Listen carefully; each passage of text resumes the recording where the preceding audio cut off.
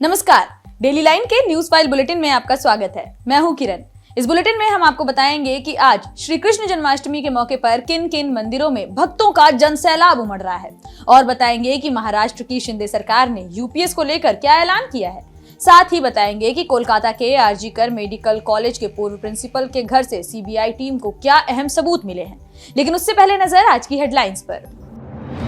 पूरे देश में आज श्री कृष्ण जन्माष्टमी की धूम। ब्रह्म मुहूर्त में मथुरा जन्मभूमि मंदिर में हुई मंगला आरती। श्री कृष्ण के मंदिरों में उमड़ा भक्तों का जनसैलाब। शिंदे सरकार ने महाराष्ट्र में यूपीएस लागू करने का किया ऐलान। यूनिफाइड पेंशन स्कीम की मंजूरी देने वाला बना पहला राज्य। इसी साल मार्च से प्रभावी होगी स्कीम। कोलकाता के आरजी कर मेडिकल कॉलेज के पूर्व प्रिंसिपल के घर पर सीबीआई का छापा। टीम ने करीब 11 घंटे तक की छानबीन, कई अहम सबूत बरामद।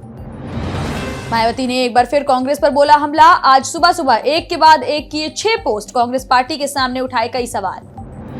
कर्नाटक कांग्रेस का बीजेपी पर आरोप। विधायक रवि कुमार गोंडा ने कहा राज्य सरकार गिराने की हो रही कोशिश। 50 विधायक खरीदने के लिए 100 करोड़ का दिया ऑफर। चर्चा करेंगे खबरों की विस्तार से। रुक करेंगे पहली और बड़ी खबर की ओर। पूरे देश में आज जन्माष्टमी की धूम देखने को मिल रही है। मथुरा से द्वारका तक मंदिरों में विशेष पूजा की शुरुआत हो चुकी है। सुबह सुबह ही ब्रह्म मुहूर्त में मथुरा जन्मभूमि में मंगला आरती के साथ श्री कृष्ण जन्मोत्सव की शुरुआत हुई। मंदिरों में देर रात से दर्शन के लिए बड़ी संख्या में भक्त पहुंच रहे हैं। मथुरा वृंदावन के अलावा देश भर के प्रमुख कृष्ण मंदिरों में जन्माष्टमी मनाई जा रही है।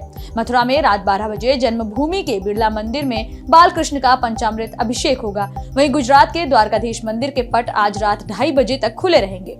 इस्कॉन के राष्ट्रीय संचार निदेशक एवं उपाध्यक्ष ब्रजेंद्र नंदन दास ने बताया कि 26 अगस्त की रात 12 बजे सभी इस्कॉन मंदिरों में महाआरती की जाएगी।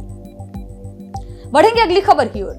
महाराष्ट्र सरकार ने राज्य में यूपीएस यानी यूनिफाइड पेंशन स्कीम लागू करने का ऐलान कर दिया है। 2 दिन पहले 24 अगस्त को केंद्र सरकार ने न्यू पेंशन स्कीम में सुधार करते हुए यूपीएस को पेश किया था। देश में यूपीएस 1 अप्रैल 2025 से लागू होगी। केंद्र सरकार ने कहा था कि चाहे तो राज्य सरकारें भी इसे अपना सकती हैं, जिसके बाद महाराष्ट्र की शिंदे सरकार ने रविवार को इसकी मंजूरी दी है। इसके साथ ही महाराष्ट्र केंद्र की इस योजना को अपने राज्य में लागू करने वाला पहला राज्य बन गया है। महाराष्ट्र कैबिनेट के फैसले के मुताबिक यूपीएस इसी साल मार्च से प्रभावी होगी और सभी राज्य सरकार के कर्मचारियों को इसका फायदा मिलेगा। महाराष्ट्र विधानसभा का कार्यकाल नवंबर में समाप्त हो रहा है। अक्टूबर नवंबर में यहाँ चुनाव होने वाले हैं। रुक करेंगे अगली खबर की ओर। कर्नाटक में कांग्रेस एमएलए रवि कुमार गोंडा ने बीजेपी पर कांग्रेस सरकार गिराने की कोशिश करने का आरोप लगाया है। उन्होंने कहा कि 2 दिन पहले मुझे फोन पर 100 करोड़ रुपए का ऑफर दिया गया था। बीजेपी के लोग 50 विधायक खरीदना चाहते थे, लेकिन मैंने मना कर दिया। इससे पहले अक्टूबर 2023 में भी रवि गोंडा ने दावा किया था कि एक टीम कांग्रेस विधायकों को 50 करोड़ और मंत्री पद की पेशकश कर रही थी। उन्होंने कहा था कि 4 विधायकों से संपर्क किया गया, जिसके हमारे पास सबूत हैं। विधायक ने कहा था कि हम सबूत इकट्ठा कर रहे हैं और उसे ईडी सीबीआई को देंगे। मेरे पास उस आदमी का ऑडियो है जिसने मुझे फोन किया। हम इसे सही समय पर रिलीज करेंगे। रुक करेंगे अगली खबर की ओर। कोलकाता के आरजी कर अस्पताल में ट्रेनी डॉक्टर की रेप और हत्या के मामले की जांच सीबीआई कर रही है। इसी के साथ सीबीआई मेडिकल कॉलेज के पूर्व प्रिंसिपल संदीप घोष पर लगे वित्तीय आरोपों की भी जांच में जुटी हुई है। एजेंसी ने 24 अगस्त को घोष के खिलाफ एफआईआर दर्ज की थी, जिसके बाद सीबीआई की टीम ने रविवार सुबह पूर्व प्रिंसिपल संदीप घोष के घर पर छापा मारा। जांच एजेंसी ने कहा कि यहां से करीब 11 घंटे तक छानबीन की गई।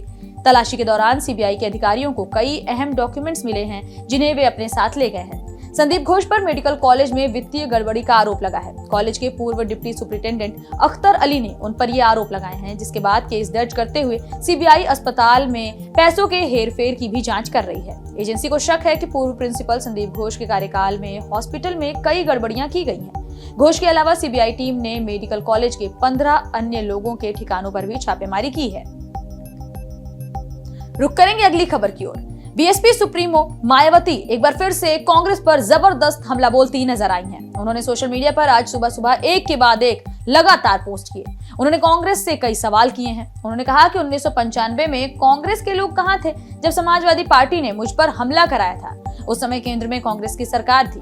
कांग्रेस ने अपना दायित्व क्यों नहीं निभाया। उन्होंने आगे कहा कि जब मान्यवर कांशीराम जी को अपनी बीमारी की गंभीर हालत में भी हॉस्पिटल छोड़कर रात को उनके गृह मंत्री को भी हड़काना पड़ा था और विपक्ष ने भी संसद को घेरा था, तब जाकर ये कांग्रेसी सरकार हरकत में आई थी, क्योंकि उस वक्त केंद्र की कांग्रेसी सरकार की भी नीयत खराब हो चुकी थी।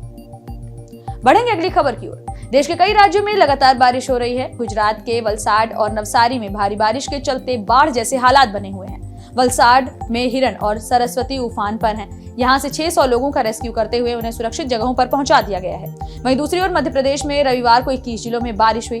इससे नदियां और तालाबों में जलस्तर बढ़ गया है। राजस्थान में बारिश का दौर जारी है। बांसवाड़ा में तेज बारिश के बाद बांसवाड़ा उदयपुर स्टेट हाईवे बंद कर दिया गया है। नदी का जलस्तर इतना बढ़ गया है कि पानी पुल के ऊपर से बहने लगा है। वहीं आज सुबह से जयपुर के कई इलाकों में भी भारी बारिश हो रही है। जयपुर के तोपखाना में रविवार रात एक जर्जर मकान गिर गया। इसके मलबे में दबकर एक युवक की मौत की खबर भी सामने आई है। बढ़ेंगे अगली खबर की ओर। बीजेपी ने आज जम्मू कश्मीर विधानसभा चुनाव के लिए अपने उम्मीदवारों की पहली लिस्ट जारी कर दी है। इस लिस्ट में 44 प्रत्याशियों के नाम की घोषणा की गई है। पहले चरण के लिए 15, दूसरे के लिए 10 और तीसरे फेज में होने वाली वोटिंग के लिए 19 उम्मीदवारों के नामों का ऐलान किया गया है। रविवार देर रात तक चली केंद्रीय चुनाव की समिति की बैठक के बाद ये बड़ा फैसला लिया गया। इस बैठक में पीएम मोदी, पार्टी अध्यक्ष जेपी नड्डा समेत कई सीनियर नेता मौजूद रहे।